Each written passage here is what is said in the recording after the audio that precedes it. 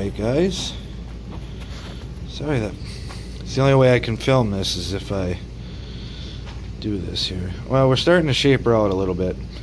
One thing I wanted to mention is make sure you put a little tape on here, okay? Because this is already finished and it's finished diameter, so you have no leadway if you take a chunk out of this. Otherwise your bit's not gonna line up right, and so if you accidentally nick it on here, you're gonna have a nick in here. So get yourself a little insurance and tape this up in case you plant a whoopsie daisy. Alright, so we're starting to kind of go around. I'm starting to get it shaped. This isn't that long. It didn't take me that long to start getting it kind of round.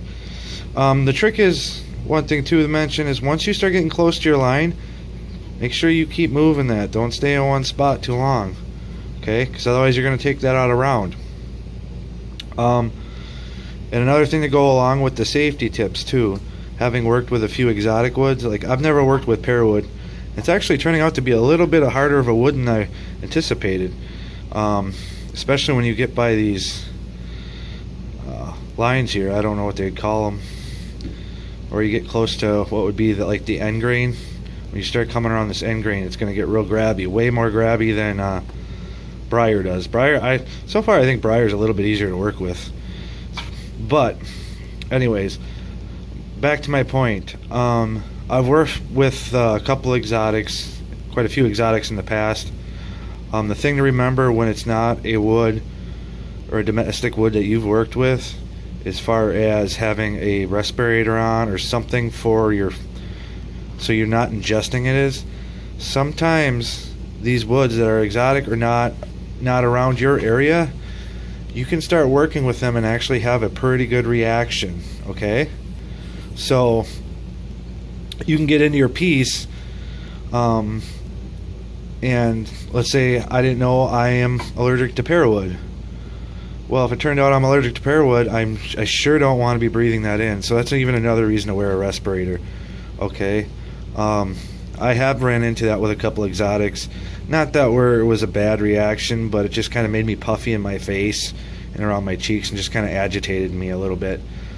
So nothing real extreme, but you know, if you do it once, you'll learn your lesson when you're working with a wood that's not that's kind of exotic. I don't know if pear would be considered exotic, but one that's not like a normal domestic wood that you've worked with, okay? So moving on, I got a lot, just got a pretty good start on it. Haven't been working on it too long. I think the next time we fire this back up, I'll probably be down to files. So see you when I get that far. Alright guys, I did a little more shaping on with the wheel, and I just got, you know, and I took a break and I was looking at it and I was thinking, you know, this is supposed to be for some of you guys that don't have the tools, so I decided I'm going to do the rest of this with file work. I did a little bit already with files. I mean, she looks like a little ugly duckling right now, but don't worry. It's just the process. So I'm going to be doing the rest of this with files. What little bit I did, it files well. It definitely files a lot easier than briar does. So,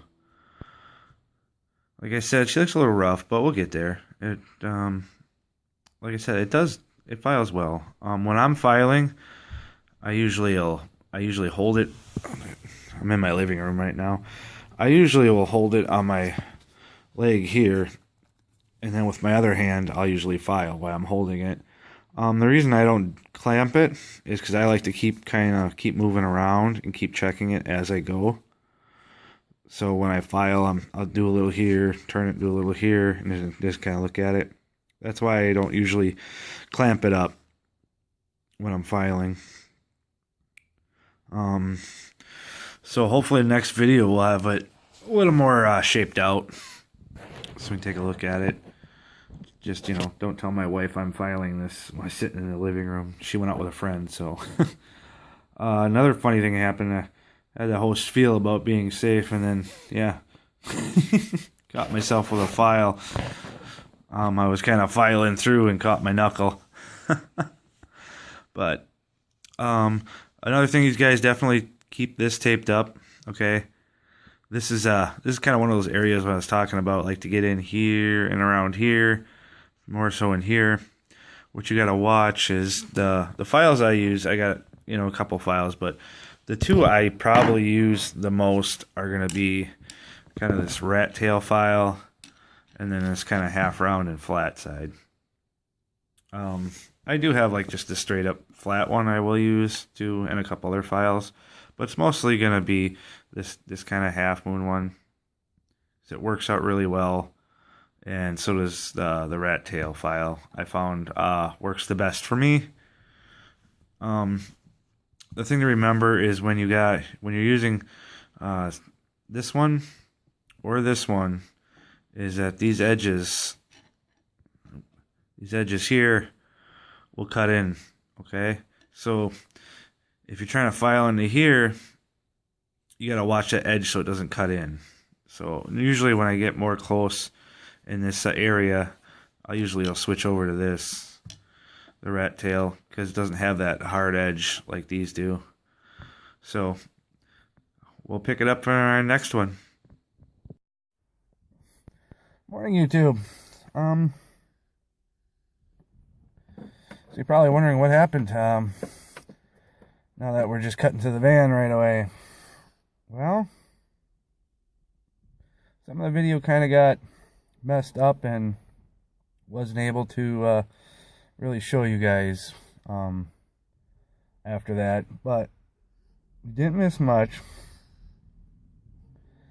And I figured since I was talking through most of it anyways, I'll just explain what it is I did. I did finish it out with files. So a word on that. So most of this project was done on files, other than the initial little bit of shaping around the top, in which I really kind of got my round shape on it. I would say if you guys only have files, it's really not that bad to work with as far as filing it to get it into shape. So files, like I said, files a little bit easier than Briar. And then it's just a matter of going down to your sandpapers and sanding out anything, any marks, and all the all those beautiful marks you're going to leave in the pear wood from your file work. Sanding those out, just giving it a once over. And from that stage, then I just went to putting some dye on it, and I just put my normal dye I put on my briar pipes, and I've used it on some cobs I've done. So, without further ado, it's actually what I'm smoking right now. Here it is. It's my little bent pear wood pipe.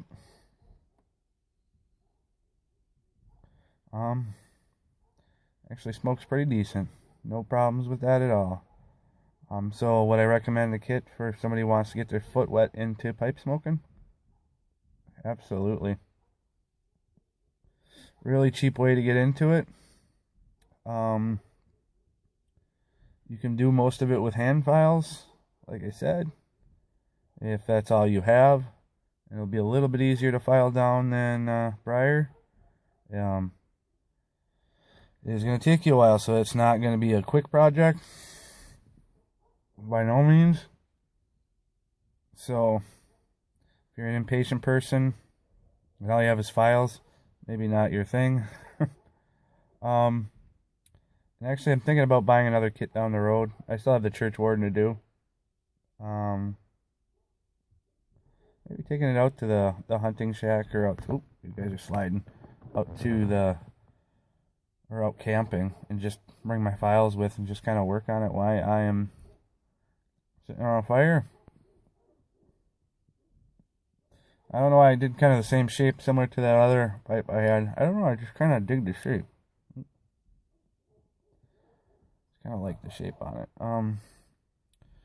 If you guys ever want to see any of these pipes I do, the lighting in here is outside on my front facing camera is never that great, but if you ever want to see a better picture of them, I always post pictures on Instagram, and some of you guys might have got a sneak peek at this one. I posted the picture last night. But as far as the Mr. Brog kits, the Pearwood kits. Yeah, I definitely give it a thumbs up. I think it's a great way for anybody interested in it to get their feet wet.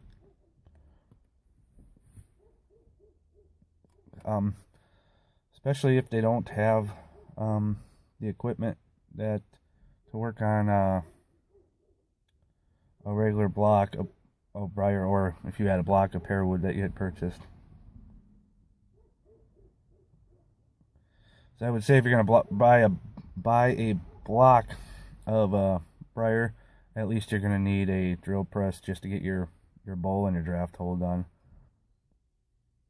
So with these, you can at least do file work, and I'm sure that, like I said, it's a little bit easier and it's a little less expensive than if you were to maybe get a pre-drilled briar set.